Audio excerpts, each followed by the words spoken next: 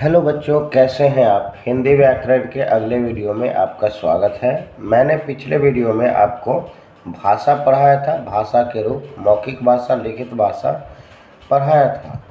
साथ में भारतीय भाषाएं कितनी हैं, यानी 22 भाषाओं को मान्यता प्राप्त है, इसके बारे में बताया था।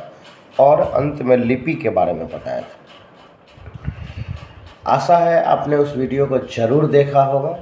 कंपटीशन के लिए विद्यार्थियों को अलग अलग कक्षाओं में इस टॉपिक को समझने के लिए बहुत ही ज़रूरी है। खासकर वह विद्यार्थी जो 10वीं का एग्ज़ाम दे रहे हैं या देने वाले हैं, उनके लिए बहुत ही उपयोगी है। साथ में जो कंपटीशन का तैयारी कर रहे हैं उनके लिए भी बहुत ही उपयोगी है। चलिए आज हम हिंदी भाषा को समझते हैं। यहाँ आप देख सकते हैं, ये मेरा टॉपिक है हिंदी भाषा। हिंदी भाषा क्या है? भारत की राष्ट्रभाषा हिंदी है। कहीं कहीं पे आपको यह भी देखने को मिलेगा कि हिंदी भारत की राजभाषा है। तो हम पढ़ेंगे भारत की राष्ट्रभाषा हिंदी है। भारत के अधिकांश राज्यों में जैसे कि उत्तर प्रदेश, उत्तराखंड, बिहार, झारखंड, मध्य प्रदेश, छत्तीसगढ़, हरियाणा, राजस्थान, हिमाचल प्रदेश, दिल्ली, अंडमान निकोबार, ये यहाँ की राजभाषा हिंदी है। ठीक है, ऊपर हमने राष्ट्रभाषा पढ़ा और नीचे राजभाषा है। ये समझने की बात है। बोलचाल के रूप में हिंदी का प्रयोग लगभग पूरे देश में होता है। हम जो बोलते हैं बातचीत के माध्यम से, उसे ही हम बोलचाल कहते हैं। तो बोलचाल के रूप में हिंदी का प्रयोग लगभग पूरे देश में होता है। आगे हम समझेंगे उपभाषा। उपभाषा का अर्थ होता है भाषा का छोटा रूप। सबसे बड़ी बात है, आपको यह पॉइंट याद रखना है कि उपभाषा का अर्थ क्या होता है। आपसे क्वेश्चन पूछा जा सकता है कि उपभाषा का अर्थ क्या है या उपभाषा का अर्थ क्या होता है, तो आप बोलिएगा उपभाषा का अर्थ भाषा का छोटा रूप होता है। उपभाषा का प्रयोग बोली की तुलना में बड़े क्षेत्र में तथा भाषा के मुकाबले में छोटे और सीमित क्षेत्रों में होता है। फिर से समझाते हैं, उपभाषा का अर्थ भाषा का छोटा रूप होता है। उपभाषा का प्रयोग बोली की तुलना में, याद रखिएगा, उपभाषा का प्रयोग बोली की तुलना में बड़े क्षेत्र में तथा भाषा के मुकाबले छोटे और सीमित क्षेत्र में होता है। यह भाषा के अंतर्गत कई उपभाषाएं होती है। अब एक भाषा आप लीजिए तो एक भाषा के अंतर्गत कई उपभाषाएं होती है तथा एक उपभाषा के अंतर्गत कई बोलियां होती है। अब समझ गए, एक भाषा, कोई भी एक भाषा की कई उपभाषाएं होती है और एक उपभाषा के अंतर्गत कई बोलियां होती हैं। ये समझना जरूरी था। अब बोली, अब कहिएगा सर बोली क्या होता है? बोली भाषा का क्षेत्रीय रूप है। आप जहाँ रहते हैं और आपके आसपास जो भी भाषा में बात की जाती है वही बोली है। इसलिए क्षेत्र यहाँ पे लगाया गया, क्षेत्रीय लगाया गया, जो बोली भाषा का क्षेत्रीय रूप है। बोली देश के किसी सीमित भाग में बोले जाने वाली वह भाषा है जो केवल बोलने के प्रयोग में आती है। जैसे मिथिलांचल में अहाँ कतऽ गेलियै रे, भोजपुरी में कहाँ गई रहो, इस तरह से ठेठी में कहाँ गेल रहले है। इस तरह से बात करते हैं हम लोग आपस में, घरों में और घर के बगल अपने समाज में, जो कि हमारा क्षेत्र होता है। ये मैं इसलिए बताया कि बहुत से लोग जैसे पंजाब के लोग अगर वीडियो देखेंगे तो वे कहेंगे तुसी कित्थे गए से जी। इस तरह से वो पूछते हैं कित्थे गए सी। तो वहाँ का ये भाषा है। हाँ, तो वे जो उनके क्षेत्र का ये भाषा है वही बोली है। और हम फिर से एक बार समझाते हैं, बोली भाषा का क्षेत्रीय रूप है।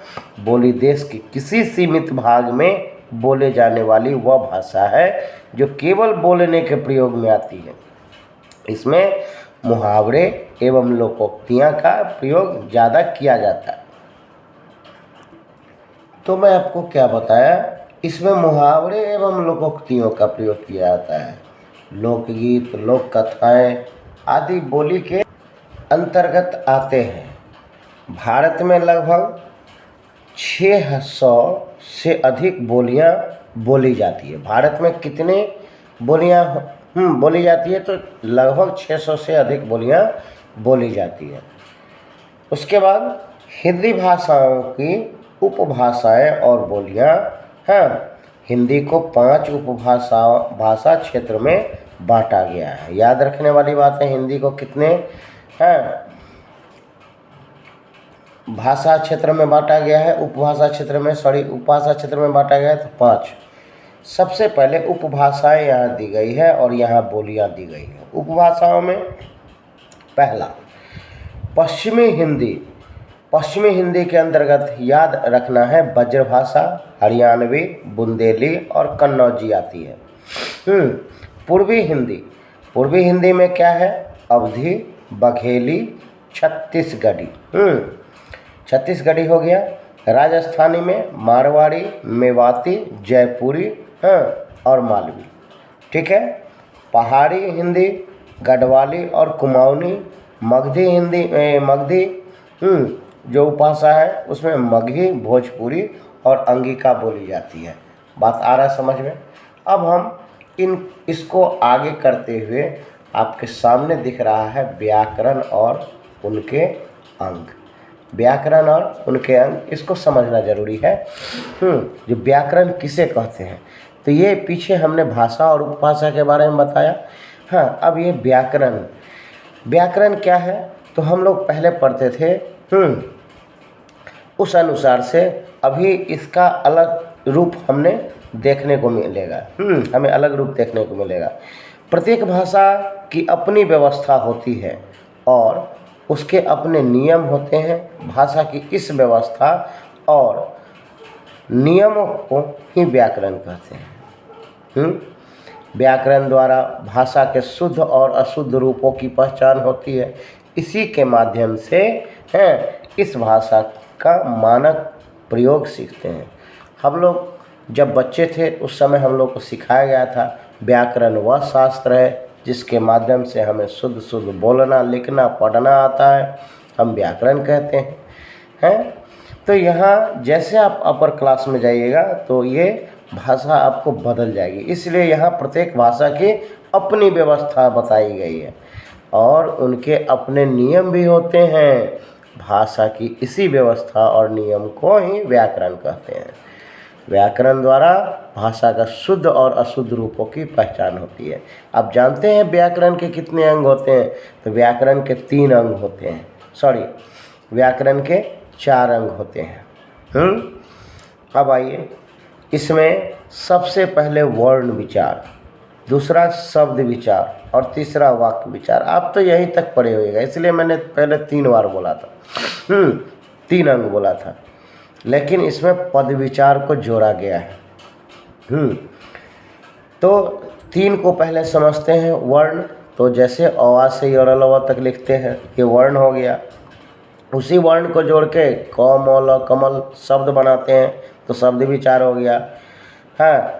अब वाक्य विचार में कुछ शब्दों को मिला के वाक्य बनाते हैं, तो मेरा नाम कमल है, इस तरह से है। और सब में उसके बाद लास्ट में आता है पद विचार। तो समझते हैं वर्ण विचार। इस अंग में वर्णों के स्वरूप, भेद एवं प्रकार आदि के बारे में बताया था। वर्णों के स्वरूप, भेद एवं प्रकार के बारे में बताया था। शब्द विचार क्या है, इस अंग में शब्दों के स्वरूप, भेद, प्रकार, लिंग एवं वचन आदि के बारे में विचार किया जाता है। ठीक है। वाक्य विचार, इस भाषा में वाक्य रचना, वाक्य भेद, विराम चिन्ह आदि के प्रयोग के बारे में विचार किया जाता है। ये आप व्याकरण के अंग समझ रहे हैं। और अंत में पद विचार, इसके अंतर्गत संज्ञा, सर्वनाम आदि पदों के स्वरूप तथा प्रयोग का विचार किया जाता है। तो ये था हमारा आज का हिंदी व्याकरण। आपको अच्छा लगा होगा। आशा करते हैं कि आज आप पहले वीडियो और दूसरे वीडियो में आपको ज़्यादातर समझने को मिलेगा। आगे हम और भी नया कुछ लाएंगे आपके लिए। मिलते हैं, तब तक के लिए बाय बाय बच्चों, बाय बाय।